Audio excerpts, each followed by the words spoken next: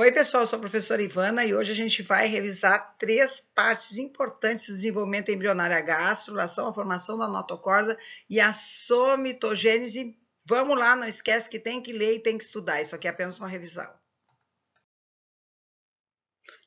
Mas antes vamos dar uma revisadinha bem rapidinho nos capítulos anteriores: fecundação, primeira e segunda semana de desenvolvimento embrionário.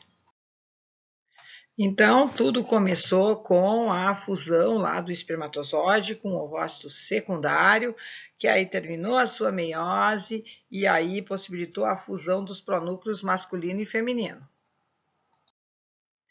Durante a primeira semana de desenvolvimento embrionário, as células se dividiram no processo de clivagem, se compactaram, se transformaram em blastocisto e começaram a se implantar no útero materno, no qual ele mantém uma estrutura conhecida como massa celular interna, que são grupos de células internos, e delimitada pelo trofoblasto. Durante a segunda semana do desenvolvimento embrionário, as seguintes estruturas são formadas, certo? A cavidade amniótica, a cavidade vitelínica e o sincício trofoblasto e o citotrofoblasto, que vão dar origem à parte fetal da placenta. Além disso, essas cavidades, essa estrutura que a gente está vendo aqui, ela está ligada ao cito e sincício trofoblasto através de uma estrutura conhecida como pedúnculo de ligação. O pedúnculo de ligação vai acabar também se transformando no cordão umbilical. Já as cavidades amniótica e vitelínica vão dar origem a estruturas embrionárias. Então, pessoal, no final da segunda semana de desenvolvimento embrionário, a gente diz que o nosso embrião é um disco bilaminar, composto basicamente pelo hipoblasto e pelo epiblasto, certo? O hipoblasto, então, ele está próximo ao saco vitelínico secundário, e o epiblasto deu origem à cavidade amniótica, que vai ser super importante para o desenvolvimento do tubo neural. Um dos principais eventos que vão acontecer no início da primeira semana de desenvolvimento embrionário é a formação de uma estrutura conhecida como linha primitiva, que é um pequeno afundamento, não é? No tecido bem no meio ali do epiblasto, como a gente está observando nesse pequeno vídeo.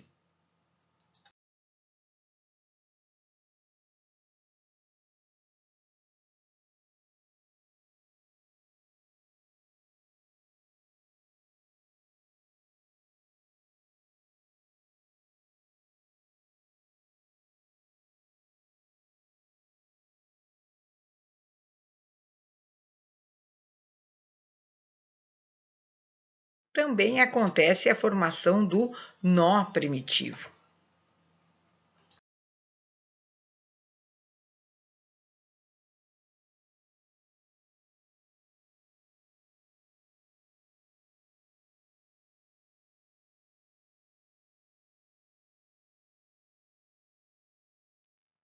A formação da linha primitiva é muito importante porque ela é que define o eixo do embrião. Ela é que vai definir, então, a parte cranial ou anterior e a parte caudal ou posterior do nosso embriãozinho em formação. A linha primitiva também acaba definindo o lado direito e o lado esquerdo do embrião. A linha primitiva é um evento super importante para que aconteça a gastrulação. Vamos lembrar que a gastrulação é a formação das três camadas germinativas, né? Ectoderma, mesoderma e endoderma. Mas atenção aqui, o ectoderma vai se originar a partir daquele epiblasto, aquela camadinha azul, e ele é formado por uma única camada. O endoderma também se origina do hipoblasto e se forma a partir de uma única camada. Agora, já o mesoderma, ele também tem origem do epiblasto e ele já forma uma múltipla camada de células. Vamos dar uma olhada, então, como é que forma a mesoderme, que é a última camada a ser formada. Algumas células do epiblasto, elas se soltam num processo chamado de delaminação e começam a se dividir muito rapidamente, então formando essa múltipla camada que é o mesoderma, representado aqui em vermelho no nosso videozinho. Nesse outro pequeno videozinho, então, eu mostro aí a formação do mesoderma a partir da delaminação de células do ectoderma.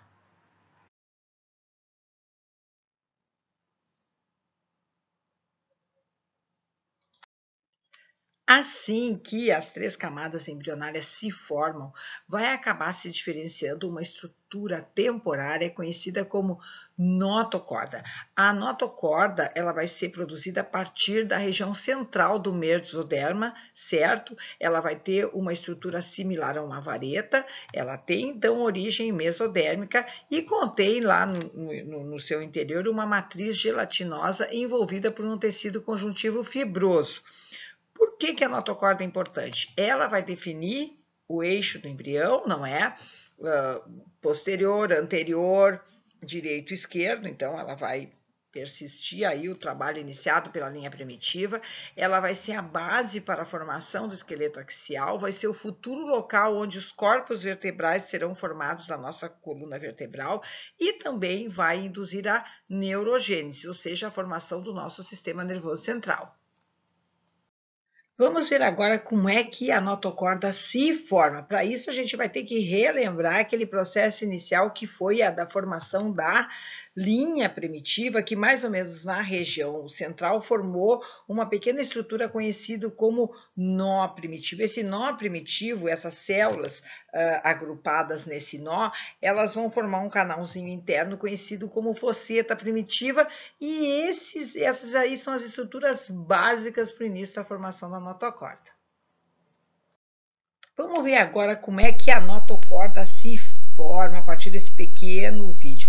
Lá no início da 3ª semana, desenvolvimento embrionário, o nó primitivo vai produzir as células mesenquimais que vão formar, então, o processo notocordal ou a notocorda. Elas começam a se dividir em direção à região cefálica, aquela região que vai ser a cabeça do embrião. E bem no meio dessas células se forma, então, aquela fosseta primitiva que depois vai dar origem ao canal notocordal, que aqui está representado em branco. Logo a seguir, essas células mesenquimais, elas se ligam às células do hipoblasto, que tinha já se transformado no endoderma. Essa ligação aí vai criar temporariamente uma abertura que liga a cavidade amniótica com o saco vitelínico, e essa abertura é conhecida como canal neuroentérico, certo? Logo depois, então, aquelas células mesenquimais, que vão dar origem à notocorda, elas se dobram, se soltam do endoderma e formam, então, a notocorda propriamente dita, como nós estamos vendo aí. Então, não se esqueçam, pessoal, as células do nó primitivo vão dar origem às células mesodérmicas, que posteriormente vão sofrer o processo notocordal e vão formar a nossa notocorda.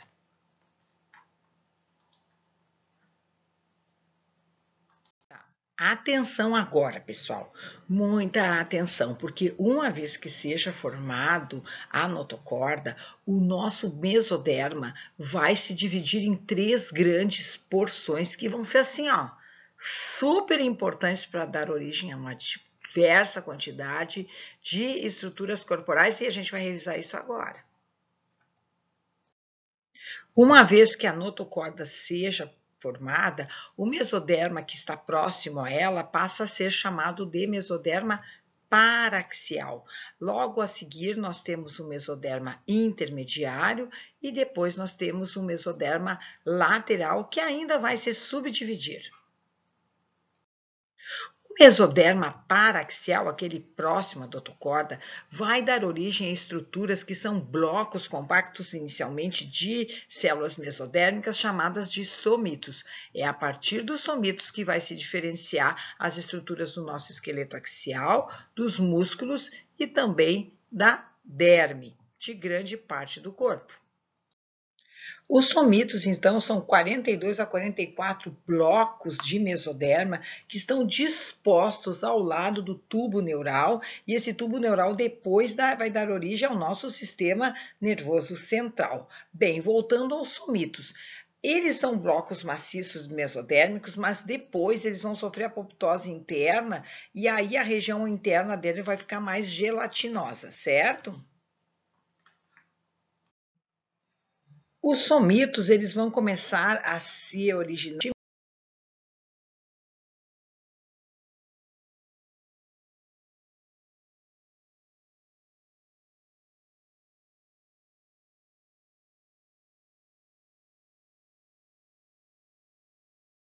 quando está começando também a diferenciação do nosso tubo neural. A gente consegue ver melhor a somitogênese a partir do zebrafish, esse pequeno animalzinho que é um peixinho que está sendo muito utilizado para estudos sobre o desenvolvimento e está substituindo muitos estudos que antes eram feitos em ratinhos.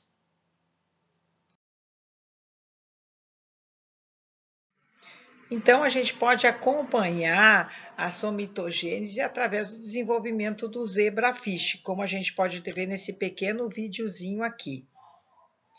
Aliás, esse processo é similar ao que acontece com o desenvolvimento humano. Inclusive, a gente consegue até observar aí depois a subsequente formação da ocela, que vai dar depois origem aos olhos, tanto o nosso quanto o peixe.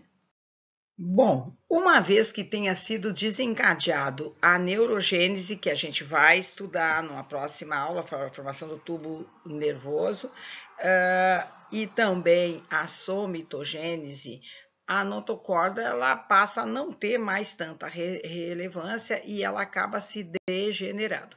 Células da notocorda só vão ainda permanecer no adulto lá no núcleo pulposo dos nossos corpos vertebrais, ok? O resto vai degenerar. Bom, pessoal, agora a gente vai falar um pouco sobre os destinos das células do mesoderma intermediário, aquele que está do lado desse mesoderma paraxial e que se transformou em somitos. Na realidade, grande parte desse tecido vai acabar originando as estruturas do nosso sistema urogenital, incluindo tanto da parte urinária, rins e tudo, como também as estruturas relacionadas com sistemas reprodutivo masculino e feminino. Já o mesoderma lateral, como eu falei antes, ele se subdivide em dois, no mesoderma esplânico e no mesoderma somático. O esplânico ele vai se diferenciar e vai dar origem ao coração, aos vasos sanguíneos do nosso corpo e também aos músculos lisos que formam parte dos pulmões e do nosso sistema digestório. Por um outro lado, o mesoderma somático vai dar origem a estruturas associadas ao nosso sistema apendicular, não é que formam os nossos braços e as nossas pernas, como ossos, ligamentos, tecido conjuntivo e vasos sanguíneos também.